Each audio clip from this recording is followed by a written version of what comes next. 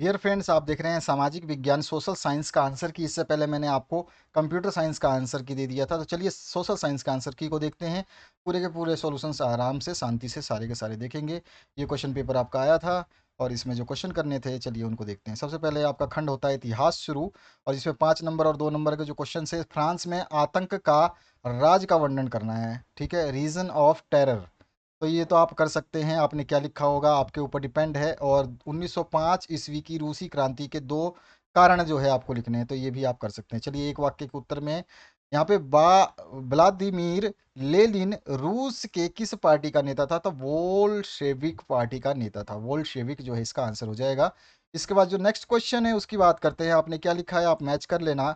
इसके बाद में है आपका यूज ओजो पीयूष सॉरी ओजीपीयू तथा एनके वीडी रूस में क्या थी? तो ये गुप्तचर पुलिस यानी कि सीक्रेट पुलिस जिसको बोलते हैं वो थे। ठीक है, उसके बाद में नेक्स्ट जो है आपका 1933 में हिटलर ने कहा था मेरे राज्य की सबसे महत्वपूर्ण नागरिक खालिस्तान है, तो वो माँ है। ठीक है, मदर को उसने जो है मोस्ट इंपॉर्टेंट सिटीजन बताया है। ये क्वेश्चन पेपर जिसने भेजा है थोड़ा सा ब्लर भेजा है। आप अपने क्वेश्चन पेपर को व्हाट्सएप नंबर यहाँ पे डिस्प्ले हो रहा है, इस पे भेज सकते हैं। तो ध्यान रखना है आपको कि व्हाट्सएप पे जब भी आप मैसेज भेजें तो वो साफ़ होना चाहिए, और आप कोई भी एक्स्ट्रा मैसेज या कॉल ना करें। तो यहाँ पर जो है आपका नेक्स्ट है Russian social democratic workers party की स्थापना जो 1898 में हुई थी। ठीक है, यहाँ पे आपको 1898 भरना था। उसके बाद सातवां जो क्वेश्चन है इसमें पूछा गया आपसे कि मेरा संघर्ष किसने लिखा था? तो यहाँ पे हु रोड द मेन काफ, तो यहाँ पे जो हो जाएगा एडोल्फ हिटलर जो है ये लिखा जाएगा इसका आंसर। तो आपने जो आंसर अगर सी लिखा है तो आपका बिल्कुल सही है, सी ऑप्शन इसका करेक्ट होने वाला है। उसके बाद आठवां जो क्वेश्चन है यहाँ पूछा गया है आपसे, देखिए कि यहाँ पर राई खगस्ताग क्या है? राइट खग राई खगस्ताग क्या है? तो ये जो आपका है ये जर्मन सांसद है। ठीक है, क्या है ये? पार्लियामेंट ऑफ जर्मनी है। ठीक है, तो ये ऑप्शन इसमें करेक्ट होने वाला था आठवें क्वेश्चन में। इसके बाद नवा जो क्वेश्चन है अतिवादिता का सिद्धांत किसने दिया था? तो यहाँ पर जो है इसका आंसर क्या हो जाएगा? सर्वाइवल ऑफ द पीटेस्ट का सिद्धांत किसने दिया था ये आपको बताना है। इस बार क्वेश्चंस थोड़े से घुमाए गए हैं, तो हार्बर्ट स्पेंसर जो थे उन्होंने दिया था। बी ऑप्शन जो है इसमें आपका करेक्ट हो जाएगा, हर्बर्ट स्पेंसर। ठीक है, इसके बाद जो नेक्स्ट क्वेश्चन है उसकी बात करते हैं। वर्सराय की संधि कब हुई थी? तो वर्सराय की जो संधि हुई थी ये आपको बताना है। तो इसका जो राइट आंसर हो जाएगा जून 1919 ईस्वी में, जून 1919 एडी। तो यहाँ पे फोर्थ ऑप्शन जो है आपका करेक्ट होगा। ठीक है, जनवरी नहीं होगा, जून होगा। इसके बाद में नेक्स्ट जो क्वेश्चन है उसकी बात करते हैं। यहाँ पर जो है राजनीति विज्ञान के क्वेश्चन शुरू है, जिसमें आपसे क्या पूछा गया है? लोकतंत्र की प्रमुख विशेषताएं, जो मुख्य विशेषताएं उसका वर्णन करना। हमारे संविधान की जरूरत क्यों, हमें संविधान की जरूरत क्यों है, ये आपको बताना है। भारत के चुनाव आयोग की मुख्य शक्तियों का वर्णन करना है। उसके अलावा सर्वोच्च न्यायालय के मुख्य अधिकारियों को लिखना है। ठीक है, तो ये अधिकारों को लिखना है, अधिकारी को नहीं, अधिकारों को लिखना है। तो ये हो गए आपके बड़े क्वेश्चन जिनके आंसर आपने अपने हिसाब से लिखे होंगे, और हम जो है यहाँ पे आपको आंसर की दे रहे हैं। तो चलिए आंसर की को डिस्कस करते हैं। तो आंसर की जो है इसके 11th क्वेश्चन से, सॉरी 15 क्वेश्चन से स्टार्ट करते हैं। तो यहाँ पे लीगल फ्रेमवर्क ऑर्डर का संबंध किस देश से है? तो पाकिस्तान देश से है। ठीक है, इसके बाद नेक्स्ट क्वेश्चन जो है दक्षिण अफ्रीका के प्रथम राष्ट्रपति कौन थे? नेल्सन मंडेला उनका नाम था। उसके बाद में भारत का जो संविधान कब लागू हुआ? तो 26 जनवरी सन 1950 को लागू हुआ। और संविधान सभा में कुल कितने सदस्य थे? कुल जो है 389 सदस्य थे, बाद में इनमें कम हो गए थे। उसके बाद में नेक्स्ट जो क्वेश्चन है भारत सरकार कानून खालिस्तान ईस्वी में पास हुआ? तो यहाँ पर जो है 1935 ईस्वी में इसको पास किया गया। इसके बाद में जो है हरियाणा में न्याय युद्ध नामक आंदोलन का नेतृत्व जो है किसने किया था? चौधरी देवीलाल ने किया था। ठीक है, इसके बाद में नेक्स्ट जो है 1971 ईस्वी में इंदिरा गांधी ने खालिस्तान का नारा दिया, गरीबी हटाओ देश बचाओ का नारा दिया था। गरीबी हटाओ देश बचाओ या remove poverty rescue the country.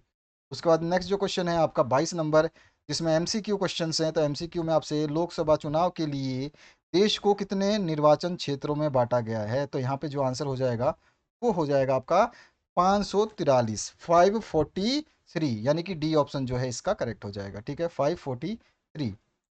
उसके बाद नेक्स्ट जो क्वेश्चन है भारत सरकार ने कब कार्यालय ज्ञापन आदेश जारी किया? तो भारत सरकार ने कार्यालय ज्ञापन जो है 13 अगस्त सन 1990 को जारी किया। उसके बाद आते हैं हम 24वें नंबर क्वेश्चन पे। यहाँ पर जो है 24वां नंबर क्वेश्चन इसमें पूछा गया, भारत के रक्षा बलों का सुप्रीम कमांडर कौन होता है? रक्षा बलों का सुप्रीम का नाम कमांडर जो है हमारा राष्ट्रपति होता है।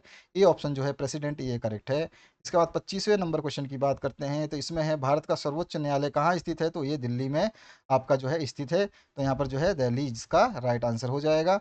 उसके बाद 26 नंबर जो क्वेश्चन है उसकी बात करते हैं, भारत में संसद के कितने सदन हैं? तो भारत में संसद के 2 सदन हैं, आपको सभी को अच्छी तरह से पता है। ठीक है, इसके बाद आते हैं नेक्स्ट आपका क्वेश्चन है उसकी बात करते हैं हम। तो क्वेश्चन नंबर 27, तो 27 की बात करें तो 27 में आपसे पूछा गया, क्षेत्रफल की दृष्टि से भारत का विश्व में स्थान है? तो भारत का विश्व में जो है 7वां स्थान है। तो सेवन्थ जिसने आंसर लगाया है वो बिल्कुल सही है। इसके बाद जो नेक्स्ट क्वेश्चन है 28 नंबर, स्वेज नहर खुली थी? तो स्वेज नहर जो है 1869 खुली थी। सी ऑप्शन इसका करेक्ट है। कितना? 18 ऑप्शन 28 नंबर का जो है सी ऑप्शन करेक्ट है। 1869, 1869, सी ऑप्शन आपको करेक्ट करना था। उसके बाद 29 नंबर जो क्वेश्चन है इसमें पूछा गया आपसे, भारत में हिमालय का सबसे ऊंचा शिखर जो है कौन सा है? तो सबसे ऊंचा शिखर जो है आपको बताना है, तो कौन सी है? तो यहाँ पर जो है भारत का सबसे ऊंचा शिखर आपको बताना है, माउंट एवरेस्ट है सबसे ऊंचा, हाइट वाइज हम बात कर रहे हैं। ठीक है, इसके बाद में नेक्स्ट जो क्वेश्चन है उसकी बात करें, तो यहाँ पर 30वें क्वेश्चन की बात हो रही है। तो सतलुज तथा काली नदियों के बीच हिमालय का भाग जाना जाता है, किस नाम से जाना जाता है ये आपको बताना है। तो उसको कुमायूं हिमालय कहा जाता है। ठीक है, तो यहाँ पर जो है कुमायूं हिमालय, हिमालय बी ऑप्शन जो है आपका करेक्ट हो जाएगा। उसके बाद में है आपका 31 नंबर जो क्वेश्चन उसकी बात करें, तो 31 नंबर है, नंदा देवी जीवमंडल निचयन कौन से राज्य में स्थित है? तो ये आपको बताना है। तो ये कौन से राज्य में स्थित है? तो इसका आंसर जो हमारा हो जाएगा उत्तराखंड। ठीक है, तो डी ऑप्शन जो है आपका करेक्ट हो जाएगा। उसके बाद में आते हैं 32 नंबर क्वेश्चन पे। तो यहाँ पर जो है निम्न में से कौन सा कारण भारत के उत्तर पश्चिम भाग में शीत ऋतु में होने वाली वर्षा के लिए उत्तरदायी है? तो यहाँ पर जो है शीत ऋतु के लिए वर्षा के लिए उत्तरदायी जो मानी जाएगी वो हो जाएगा आपका पश्चिमी विभोग, वेस्टर्न डिस्टर्बेंस जिसको हम बोलते हैं, वो है आपका बी ऑप्शन जो है इसमें करेक्ट हो जाएगा। इसके बाद आते हैं हम 33 नंबर क्वेश्चन पे। 33 नंबर, भारत का सबसे पूर्वी देशांतर कौन सा है? तो 97 डिग्री 25 सेकंड, तो ये आपका पूर्वी देशांतर हो जाएगा। तो डी ऑप्शन जो इसमें आपका करेक्ट है। तो डी ऑप्शन जिसने भी लगाया है वो बिल्कुल राइट है। उसके बाद में नेक्स्ट जो क्वेश्चन है 34 नंबर में लक्षद्वीप स्थित है? तो कहाँ पर स्थित है? अरब सागर में। कहाँ पर? अरब सागर में। तो यहाँ पे जो है बी ऑप्शन आपका करेक्ट हो जाएगा 34 में। 35 की बात करते हैं, 35 में पूर्वी घाट का सर्वोच्च शिखर जो है वो कौन सी है? पूर्वी घाट का सर्वोच्च शिखर हमारा महेंद्रगिरी है। बी ऑप्शन इसका बिल्कुल सही है 35 का। 36 की बात करते हैं, तो 36 में जो आपसे पूछा गया है, निम्न में से कौन सी भारत में शीत ऋतु की विशेषता है? शीत ऋतु की विशेषता बताना है, तो गर्म दिन और ठंडी रातें जो है शीत ऋतु की विशेषताएं हैं। 26 नंबर जो हमारा बी ऑप्शन करेक्ट हो जाएगा। उसके बाद आते हैं हम नेक्स्ट क्वेश्चनों की तरफ, जिसमें भारत के सबसे बड़े नदीय द्वीप का नाम जो है माजुली है।